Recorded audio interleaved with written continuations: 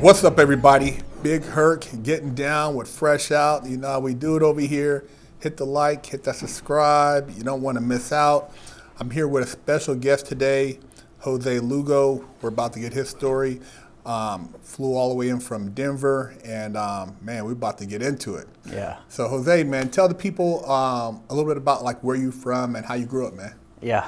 I'm born and raised in Los Angeles, harbor area of LA. So the harbor area consists of Long Beach, Wilmington, Harbor City, and San Pedro. I'm from San Pedro, within that area.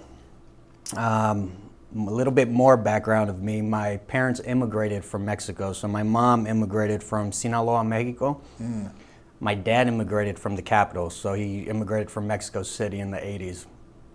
They came over here. They tried to build a life. They had 6 kids together. When I was 5 years old, my parents divorced. And, you know, before the divorce, I was always a dreamer. By nature, I was a feeler. Like, I didn't really start talking until 3rd grade. I had a horrible stutter, like a really bad stutter. It hurt for me to talk. But instead of talking, I would kind of just feel situations. And in that, like, I always felt the beauty of life. I always felt the love of my family. I felt the love of life. I was a young hippie maybe, right? I liked watching the trees sway, looking at the sun, and just being alive. But after my parents' divorce, things changed. You know, growing up in the harbor area, in the hood, you know, there's a different energy there. But I was oblivious to that, you know, energy outside, which is obviously poverty and violence and all those things, until I experienced those things inside my own home. So after my parents' divorce, my mom became really violent. And that's not to, when I talk about my mom, I want to make sure that I honor her. Because even though she was abusive, she did everything she could to provide for us. You know, my mom, after the divorce, my mom worked 3 jobs. She cleaned houses. She worked at retail stores. She sweat and toiled to keep the family together. But within that, like I said, she was really violent, you know. So one of the first instances that I remember growing up when my mom hit me was when I was about, 5 and a half, and my dad wasn't home anymore, and my mom tied my hands and tied my legs up and started whipping me with a cord and kept me tied up. And that first moment of pain and betrayal was obviously too much for a kid to process. And I remember just not being able to make sense of it. I'm still a kid, and I feel the pain. I feel that betrayal in an emotional level, but it's not. But I'm like, it's not going to happen again, right? You know, kids are resilient, and I'm definitely very resilient. So whatever, I got beat. It broke my heart.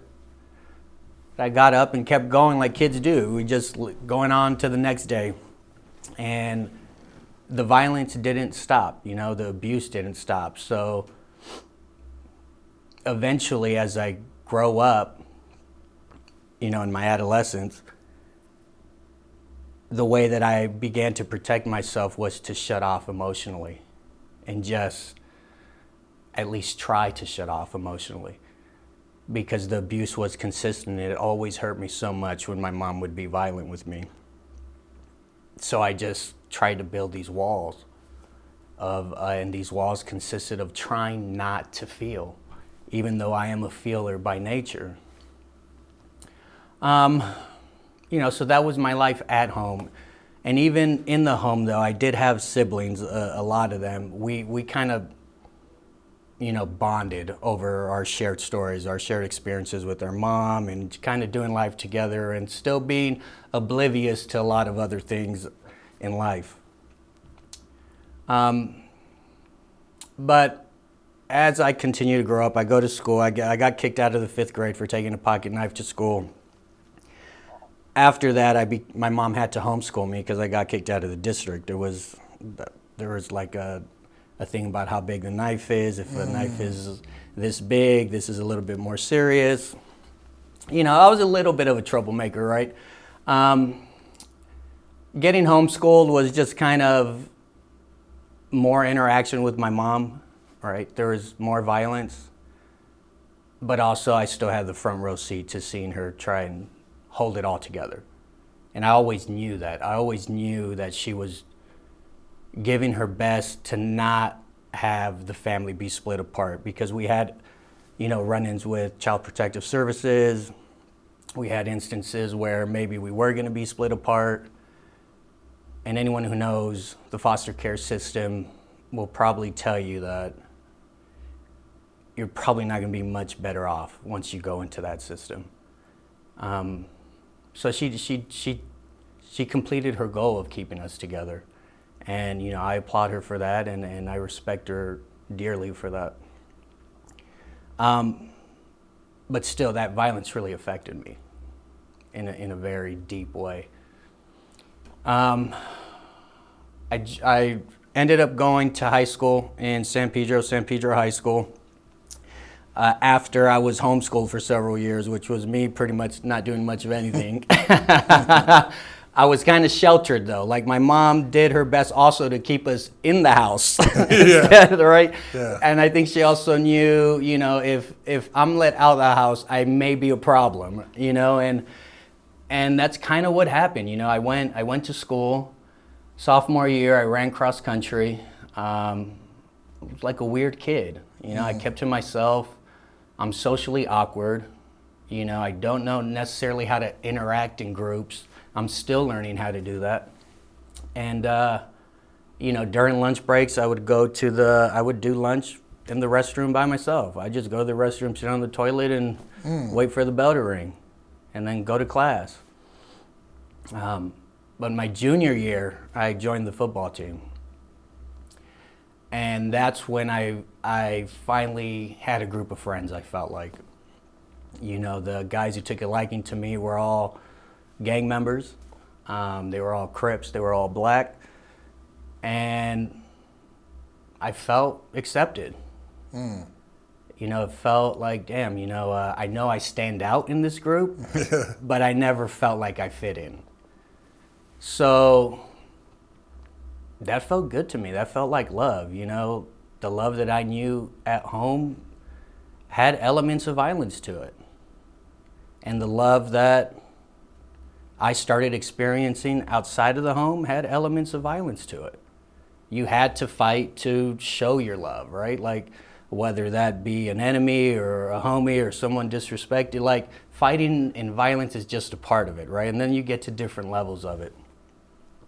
I didn't have a problem with that. And I was already emotionally shut off. You know, I was kind of like, when I experienced the violence, it wasn't, like, it didn't hurt. It felt good in a way. It felt good because I was able to fight back. When my mom was beating me, I couldn't, there's no fighting back. You know, and I felt totally unable to defend myself. But once I started hanging around the homies, I was like, oh shit, I could fight back. Not only that, I could fight back. I got 20 guys behind me who are willing to fight with me. This is what it's about. You know, so that felt great to me, and even freeing. And I felt like I needed to go through that too, to feel what my own strength was like. You know, within that, to give you, you know, I know we're going to get into all the prison stuff, but to give you an idea of what the gang culture is in my area.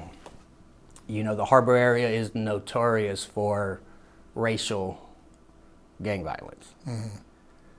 So, and I'm oblivious to this as well, because like I said, I was homeschooled before this. I'm kind of just thrown in, except that I'm somewhat built for it because of the abuse at home, because of the trauma at home, even though I didn't grow up in that, because my mom did her best to like keep me out of that. what happened in the home kind of built me to thrive in an environment like that. So I'm learning all of these things in real time. So my first run-in with what it is to have an enemy, right? What it is to have a rival gang member who just hates you for where you're from or who you hang around with, was I remember going to the high school, and you know, there's beef that's going on, right? There's racial beef that's going on. And walking through the high school, you see the taggings, and it doesn't say fuck the hood, it says fuck blacks, and it's not using blacks as the word. Yeah. And it has that whacked out. And then I'm there with the homies, and I'm like, I've only seen this in movies, right? I'm like, this is reality. You know, there is racism, and it's very real. And I remember, you know, seeing that, and it's like, damn, if this is what it is, this is what it is, right? These are my friends, you know, and that's that. And I'm gonna roll with who I consider to be my friends. So, you know, I experienced that, and that's consistent in the Harbor area for the most part. And everybody's story about, you know, gang violence in the area and the racial factors of it can be a little bit different. But, you know, this is, from my perspective, it was very racial. And that's just how I saw it. I was called a traitor for not running with, even on the streets, for not being from a Mexican gang. I was called a black lover for not being from a Mexican gang and not using the word black, but picked the worst word. And, you know, all of those things made me think, like, you know, what am I really about? You know, am I really a traitor to my own people? Because when I go home, like, my family's Mexican still. Like, you know, my family still loves me, regardless of how fucked up we are, right? But those thoughts as a kid are going through my mind, like, you know, trying to process that, and that's there. You know, fast forward to the crimes. I graduate high school, and 6 months later, you know, I go on a crime spree. I go on multiple robberies. Start off with Hollywood videos. Some people won't remember that. Yeah, I remember right? Hollywood video, yeah. Hollywood videos. Then you start going up. You know, so after that, Albertsons. Then we're looking for maybe Albertsons with the bank in it to get as much money as you can. And start doing robberies. It's like a graduation, right? Like there was a lot of fighting while I was in high school. For me, I was a lot of fights just because of how I looked, how I carried myself. You graduate, people aren't really fighting anymore. And then now you need to make money. So, like, I was hopeless at that point.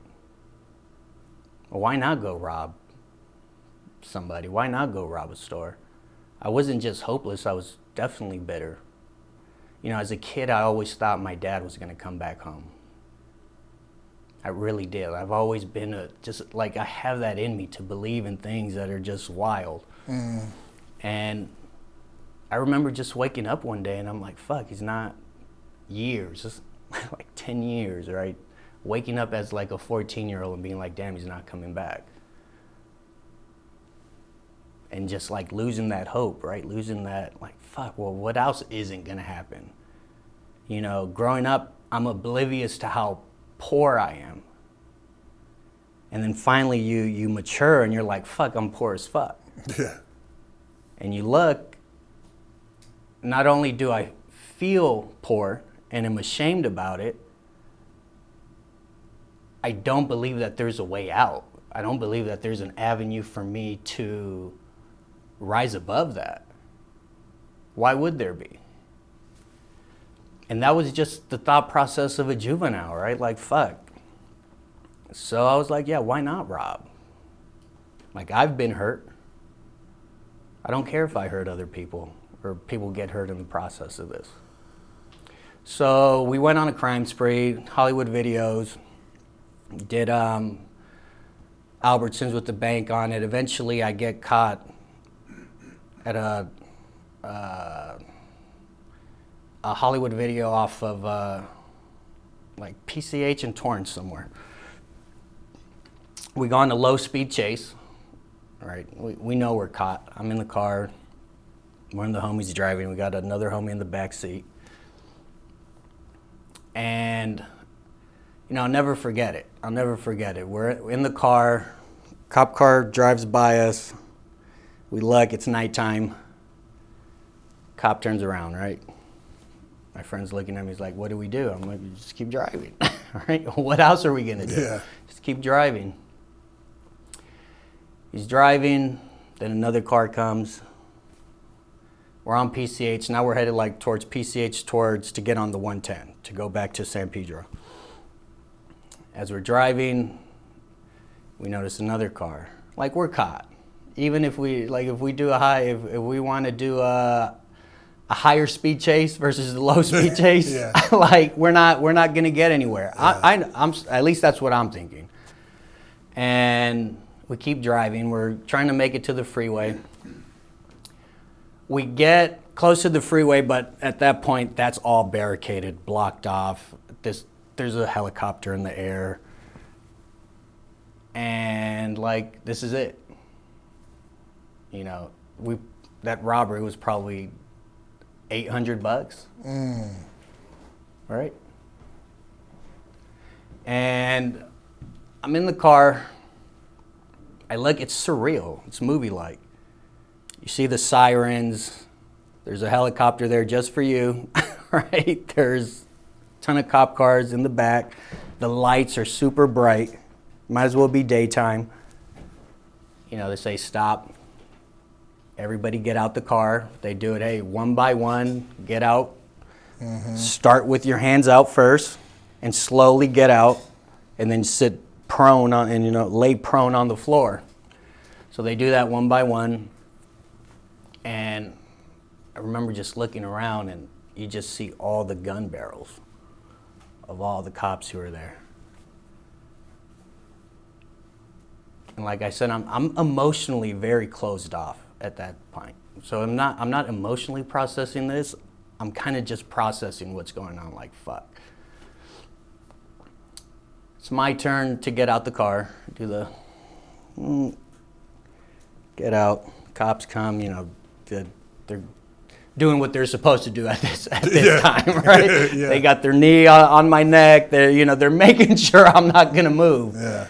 And, you know, I remember seeing looking up out the corner, peripheral of my eye, seeing the helicopter, the light, the huge helicopter light on the floor, and the cop has like his leg right here on my head. And I remember just thinking of my sisters at that time. And, you know, I've always felt so much love from them. And I remember just thinking of my sisters, and, you know, I kind of disappointed them. Like, I disappointed that love. So I get bucked. I go to the Torrance County Jail. I cry like a baby in there, right? I'm like, fuck, you know, I fucked up. And I'm just in tears, right? I'm just in tears in there. There's nobody else in there, right? I cried 2 times the whole time I was during my 5-year sentence. And that time, you know, that was the most I cried to get it all out.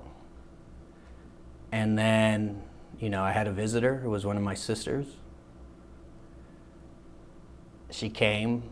You know, there's a glass, right? Any movie scene you've seen, right? Yeah. It looks just like that. I'm looking at her, and she asked me, she goes, why'd you do it?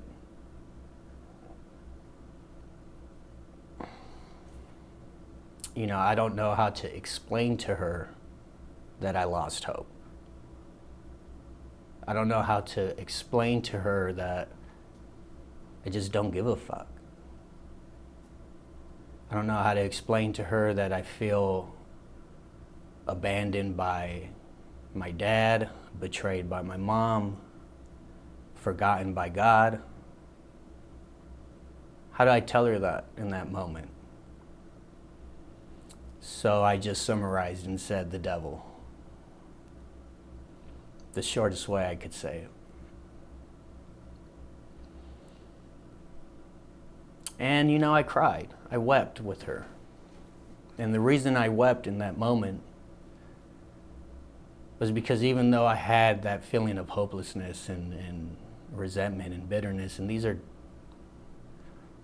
dark emotions, she was still there, and her love moved me. We did the hand.